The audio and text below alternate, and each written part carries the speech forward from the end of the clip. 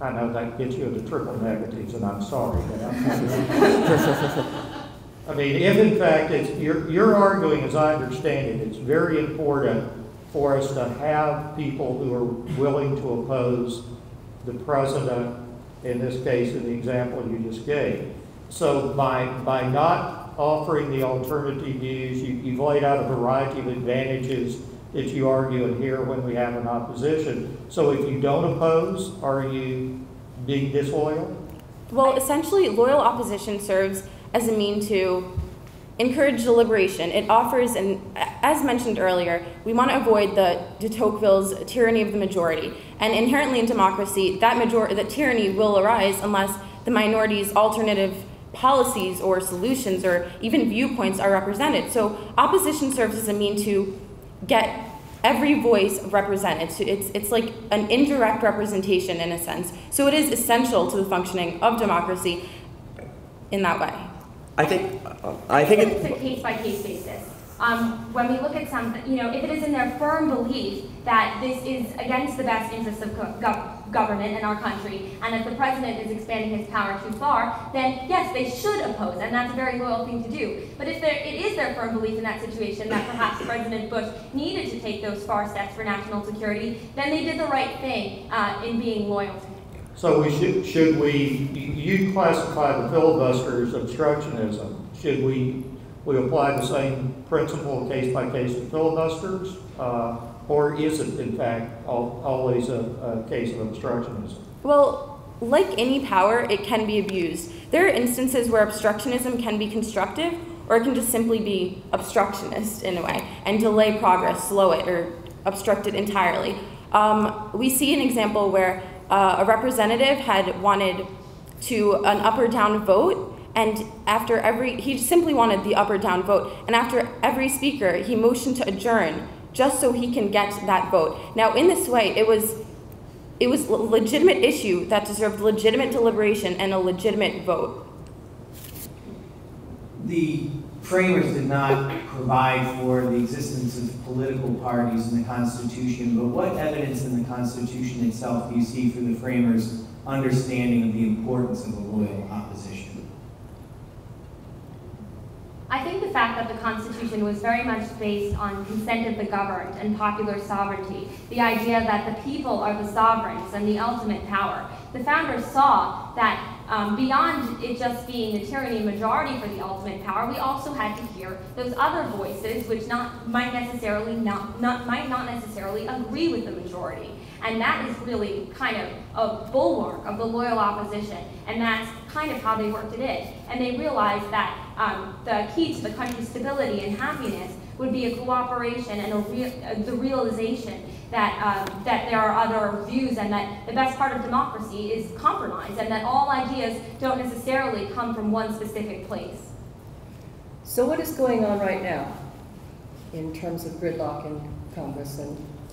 Well, we see this, if we detach ourselves from the situation, we see this vicious circle in Washington of politics. We see this party polarization, which causes gridlock, and we get discontent in the public and public mistrust, and then the party that is out of power becomes identifiable with the public because they also revile the party that is in power, so they almost take advantage of this lack of delay in order to propose their ideas and their solutions. I think that right now we have an extremely contentious feel around the legislature.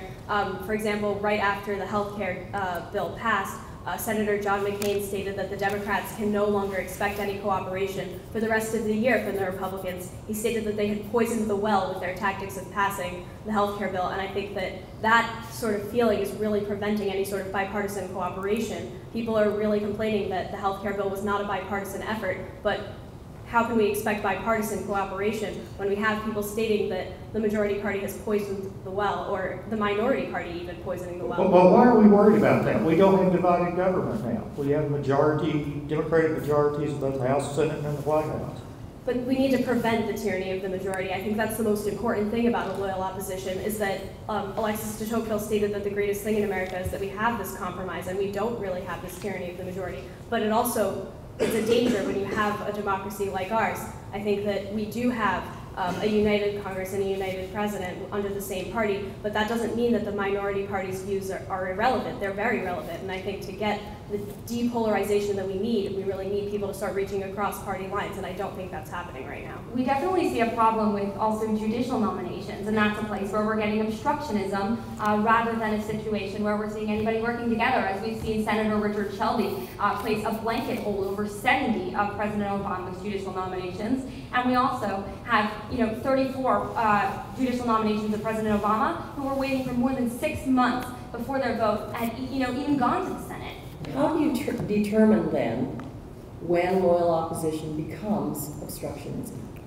I think that when they're actually delaying or preventing entirely the passage of legislation or the appointment of a judicial appointment, or the confirmation of a judicial appointment, I think that that's when it becomes obstructionism, because the loyal opposition remains loyal to the government and acts with patriotism, whereas obstructionism just tries to prevent anything from getting done. The loyal opposition wants things to get done, they just want it to be done differently, and their presentation of alternative solutions is what makes them so essential to a democracy. So how would you then characterize the minority party's actions under the current situation? Loyal opposition or obstructionism based upon what you just defined?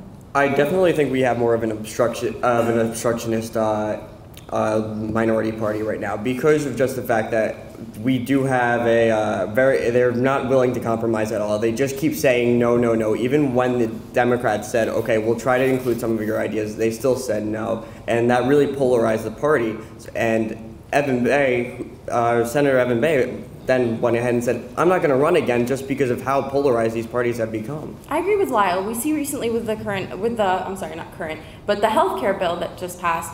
Earlier, the Obama administration had approached ranking minority member Chuck Grassley and suggested working on a bipartisan effort. Now, when the Republicans back at home realized this, they threatened to run a primary against the senator, and Chuck Grassley, who had originally said he wanted a bipartisan effort, later comes out and says that this Obamacare may pull the plug on grandma. So we definitely see this as obstructionist rather than opposition, loyal opposition that would be progressive.